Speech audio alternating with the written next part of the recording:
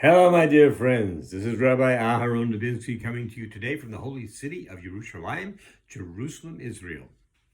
You know, when I was in college, about 1,000,000 years ago, maybe not 1,000,000, but a long time ago, I used to hear people say all the time that, particularly around the law school, that Jewish people make the best lawyers.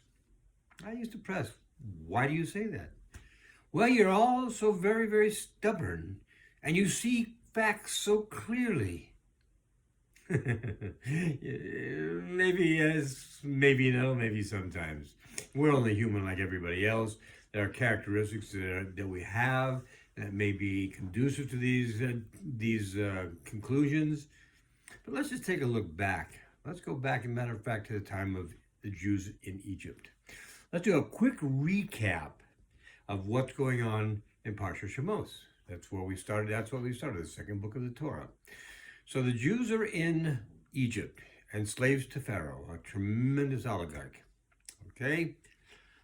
And they leave Egypt and they go to the desert and then they go on to the Holy Land.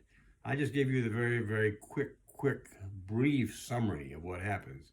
Let's pick it up a little bit. Let's take it down a little bit and let's get some facts on this. Now, how did the Jews get out of Egypt? Now, when you have 3 million people as slaves, and all you basically have to do is give them housing and food, and the housing is not necessarily so great, that's a pretty good deal for the people who have the slaves. Not such a great deal for the people who are the slaves, though. So what happens? Hashem sends Moshe Rabbeinu in. Moshe Rabbeinu goes to Pharaoh and says, let my people go.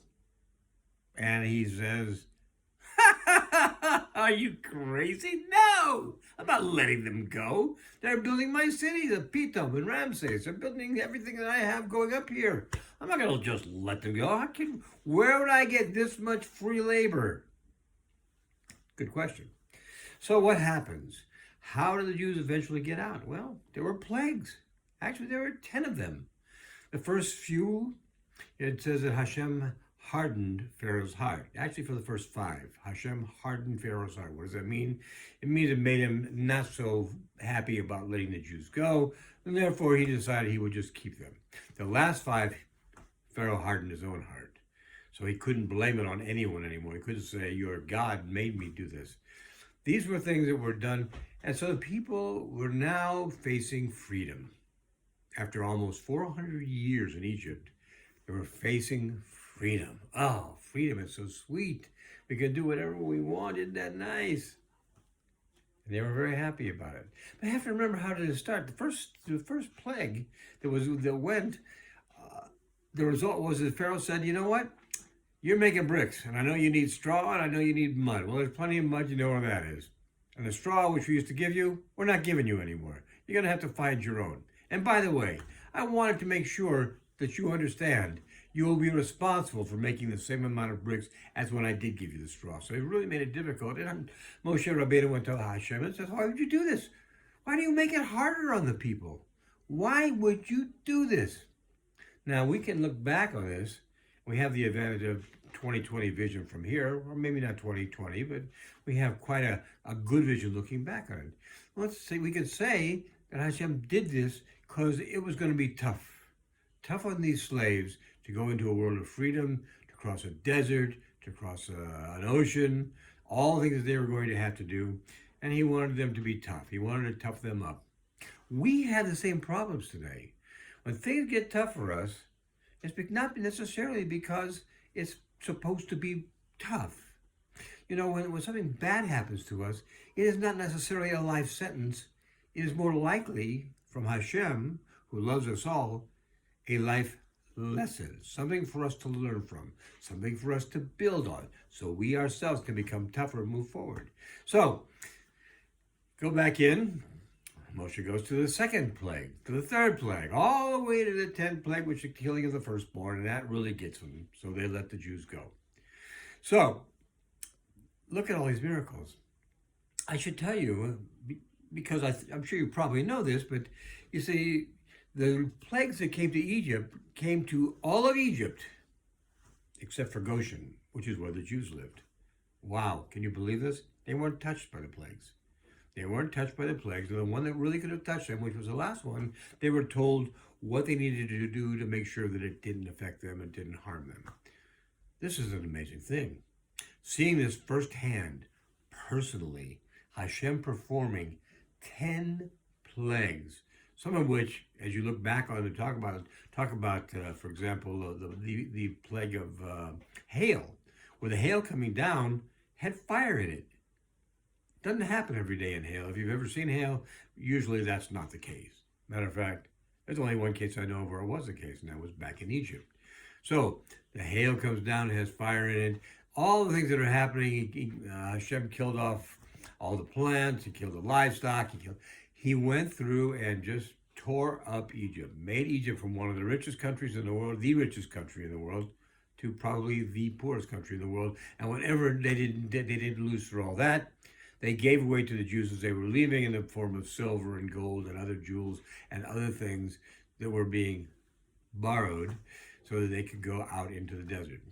Okay, so this is an amazing thing. Can you imagine seeing 10 plagues that wipe out your competition and don't even touch you? It's an amazing miracle.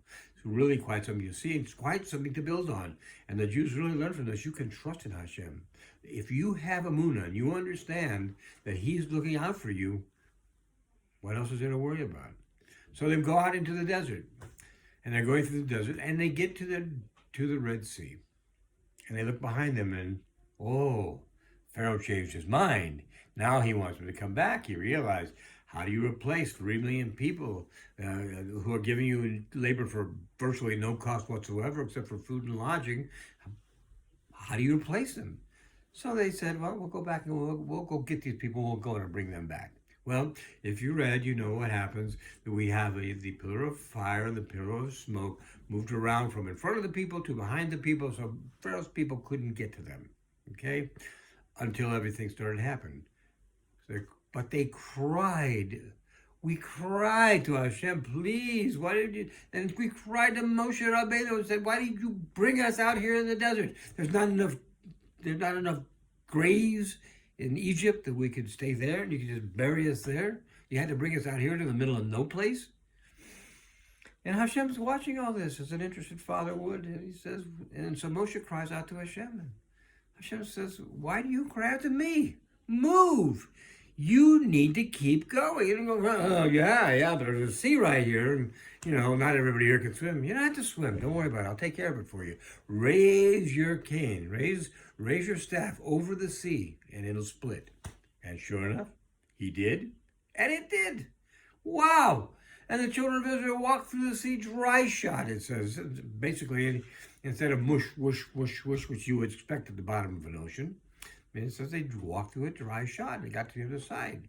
And when they got to the other side, I think, well, this is great. We're here, but look at them. They're just waiting to come over and slaughter us. So it would appear. However, that wasn't the plan. Hashem had a different plan. When they entered the sea, the Egyptians entered the sea. Hashem took the wheels off their chariots, had them get confused, and then brought the sea back, and it crushed them all and killed them all. Wow. One miracle after another. So now we've learned Hashem performs miracles for us, and we don't have to worry anymore because Hashem does what we need. And we are not going to complain anymore, and we're not going to cry anymore until we get to the bitter waters. When we're dying of thirst, we need to drink, and the waters are sour. So what do? Do we say, Hashem, please help us? Oh, no. No, we don't. We cry. Again, we cry like little babies, like children. And in fact, you have to look at it as if we were little babies. We were people who at that point had not been free for hundreds of years. So we were new to the world, and we knew this because this is the only thing that ever worked in Egypt. But like little babies grow up to be bigger children and eventually adults, they learn different ways of coping. And we eventually learn different ways of coping. But we are crying again. What did it take? What did it take for Hashem to get us through that? Throw this piece of wood into the water, it'll be just fine. And we did. And it was. And we drank. Now, I would love to tell you this is the last time that the children of Israel ever complained to Hashem, but I can't tell you that because it's not. because we seem to not learn the lesson that what is given to us is given to us for a reason. The reason is to strengthen us. Remember, after hundreds of years of being slaves, how do you get all these people together to go conquer a land that has 7 hostile countries in it? You have to make them tough.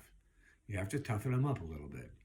And later on, Hashem gets very frustrated, and we'll talk about that in another shiur. But for right now, we know that the children of Israel finally get the lesson and start moving forward.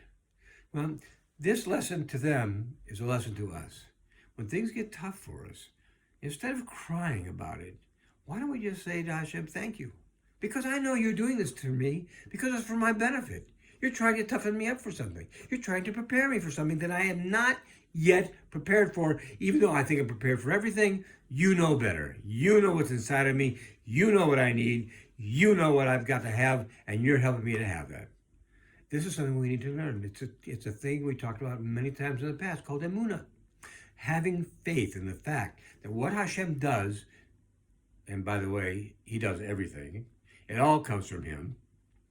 It all has a purpose. And that purpose always, even if we don't see it at the moment, is for our ultimate best. So if that's the case, why don't we say thank you? Just say thank you. Hashem, thank you. I don't know why you're doing this to me.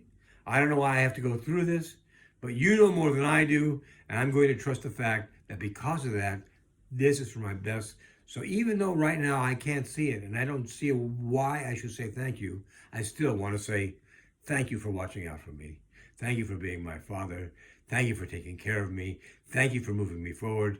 Thank you for preparing me for the things that are going to come, because only you know them and I don't. So I want to say thank you. And that is perfect Emunah, and that's what we need to have if indeed we're going to be able to continue to grow and do the things we need to do in this life. So my friends, have a great Shabbos. It's a great day today. Say thank you. Say thank you a lot. And then if there's something you're looking for, just say please. And then keep saying thank you. That's the answer to getting what you want. Have a great Shabbos. Be well, my friends, and a great week ahead. God bless. All the best. Bye-bye.